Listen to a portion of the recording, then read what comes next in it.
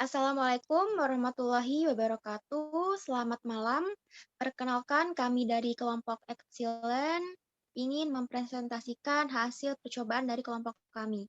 Sebelumnya izinkan kami untuk memperkenalkan diri kami. Saya Anissa Mutira Januari. Saya Agung Prayoga. Saya Muhammad Berliano Rizky Gilang Putra. Di sini kami akan mempresentasikan hasil percobaan kami dengan judul merancang sel volta sederhana. Oke, next.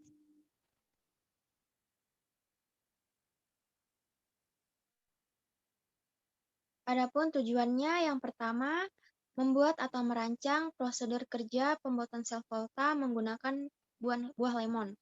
Kedua, menjelaskan kandungan dalam buah yang dapat membuat lampu LED menyala. Ketiga, menjelaskan tahap-tahap atau proses pembuatan sel volta menggunakan buah lemon. Yang terakhir, menjelaskan bagaimana lemon dapat menghantarkan listrik.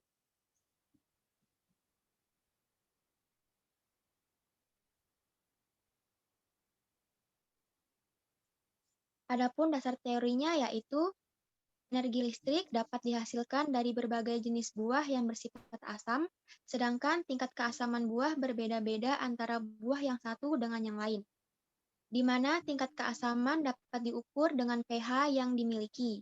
Semakin tinggi tingkat keasaman, maka pH akan semakin rendah dan demikian pula sebaliknya. Keragaman nilai pH ini tentu saja akan menghasilkan energi listrik yang beragam pula. Adapun beberapa teori yang pertama yaitu sebuah benda bermuatan positif jika benda tersebut kehilangan elektron dan bermuatan negatif jika benda tersebut kelebihan elektron. Dalam keadaan berbeda muatan ini muncul tenaga potensial yang berada di antara benda-benda itu.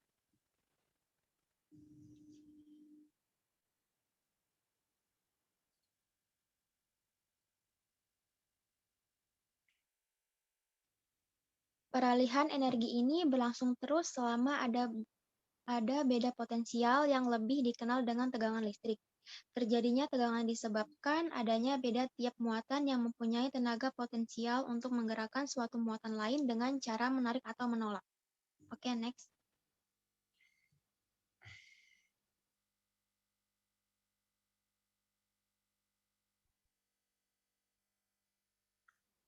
Buah yang mengandung zat asam dapat memperoleh energi listrik jika kita pasang logam pada buah. Pada buah selain banyak mengandung asam, buah juga banyak mengandung air. Jika kita pasangkan logam dengan jenis yang berbeda, akan timbul beda potensial antara logam dan air sehingga dapat menghasilkan arus listrik.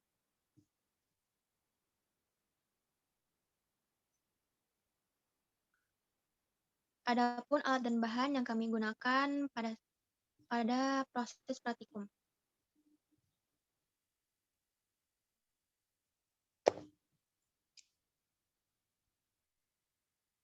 Untuk alat yang pertama, kami gunakan paku, yang kedua lampu mini, ketiga kabel dan jepitan buaya, keempat uang koin. Untuk bahannya, kami menggunakan 4 buah lemon.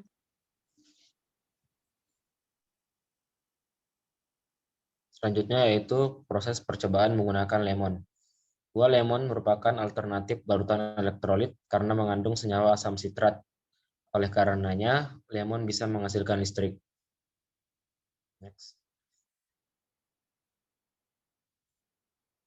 Berikut langkah-langkah percobaan rancangan sel volta sederhana menggunakan lemon.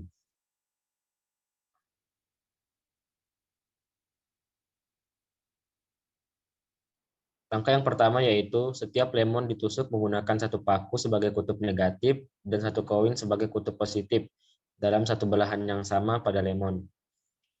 Langkah yang kedua, paku pada lemon dihubungkan dengan koin yang lain pada lemon menggunakan kabel kecil lalu dijepit menggunakan jepitan buaya agar tidak mudah lepas.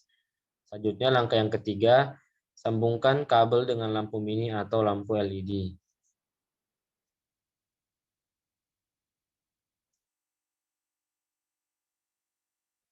Hasil percobaan didapati bahwa lampu menyala. Hal ini menunjukkan bahwa lemon bisa menghasilkan energi listrik.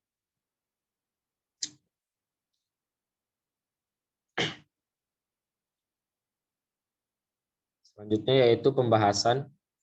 Berdasarkan hasil percobaan yang kami lakukan, terlihat bahwa lampu LED yang kami gunakan dapat menyala. Kenapa demikian? Karena umumnya pada buah lemon terdapat unsur ascorbic acid dan citric acid di dalam cairannya. Cairan buah dengan unsur-unsur asam itu akan bertindak sebagai cairan elektrolit. Logam tembaga dan seng bertindak sebagai terminal positif dan negatif, katoda dan anoda. Logam seng bereaksi dengan cairan lemon yang bersifat asam, kebanyakan dari asam sitrat, untuk menghasilkan ion seng Zn2+ dan 2 elektron. Ion seng masuk ke dalam larutan di dalam lemon, sementara elektron tetap berada di logam. Kabel dan bola lampu kecil adalah konduktor listrik.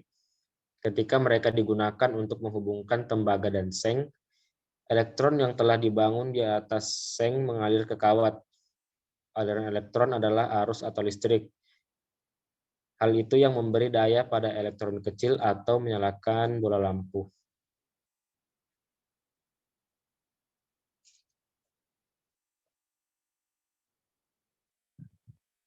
Akhirnya, elektron mencapai tembaga. Jika elektron tidak bergerak lebih jauh, mereka akhirnya akan terbentuk sehingga tidak akan ada perbedaan potensial antara seng dan tembaga. Jika ini terjadi, aliran listrik akan terhenti. Namun itu tidak akan terjadi karena tembaga bersentuhan dengan lemon. Elektron yang terakumulasi di terminal tembaga bereaksi dengan ion hidrogen yang mengambang bebas dalam sari asam untuk membentuk atom hidrogen. Atom hidrogen terikat satu sama lain untuk membentuk gas hidrogen. Sederhananya, Anda tidak mendapatkan listrik dari lemon, tetapi listrik dihasilkan berdasarkan reaksi kimia yang terjadi antara seng, tembaga, dan larutan asam lemon. Strip tembaga bermuatan positif lebih mungkin untuk menarik elektron bebas yang terlepas dari strip galvanik. Namun, pergerakan elektron di dalam lemon menciptakan sirkuit listrik dan sirkuit menutup. Akibatnya, sirkuit listrik ditutup dengan menghubungkan klip buaya ke bohlam LED. Dalam rangkaian tertutup ini, elektron bebas dari strip seng galvanik bergerak menuju strip tembaga melalui bohlam LED dan membuatnya menyala. Kesimpulan yang dapat kita ambil dari presentasi ini ialah 1. Dari percobaan yang kami lakukan, lampu dapat menyala karena pada lemon terdapat ascorbic acid dan citric acid di dalam cairannya. Cairan buah dengan unsur-unsur asam itu akan bereaksi sebagai cairan elektrolit. 2. Logam seng dan tembaga disebut elektroda anode berupa seng atau paku dan katode berupa tembaga atau koin. Yang ketiga, kita tidak mendapatkan listrik dari lemon, tetapi listrik dihasilkan dari reaksi kimia yang terjadi antara seng, tembaga, dan larutan asam lemon.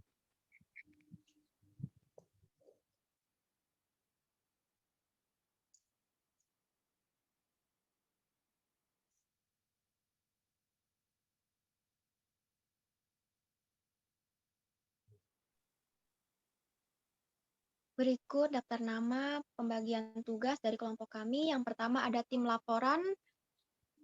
Yang pertama ada Faras Nansa Pradiva dan Sofia Maharani.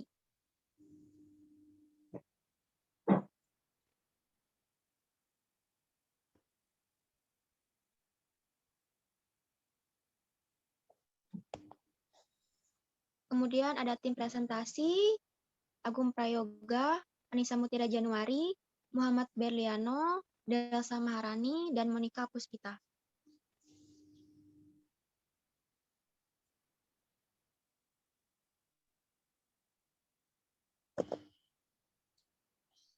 Yang terakhir ada tim percobaan, yaitu Arve Maklesian Naibaho, Muhammad Gaftan Fadilah, Khairul Fadi, dan Muhammad Rangga Aditya.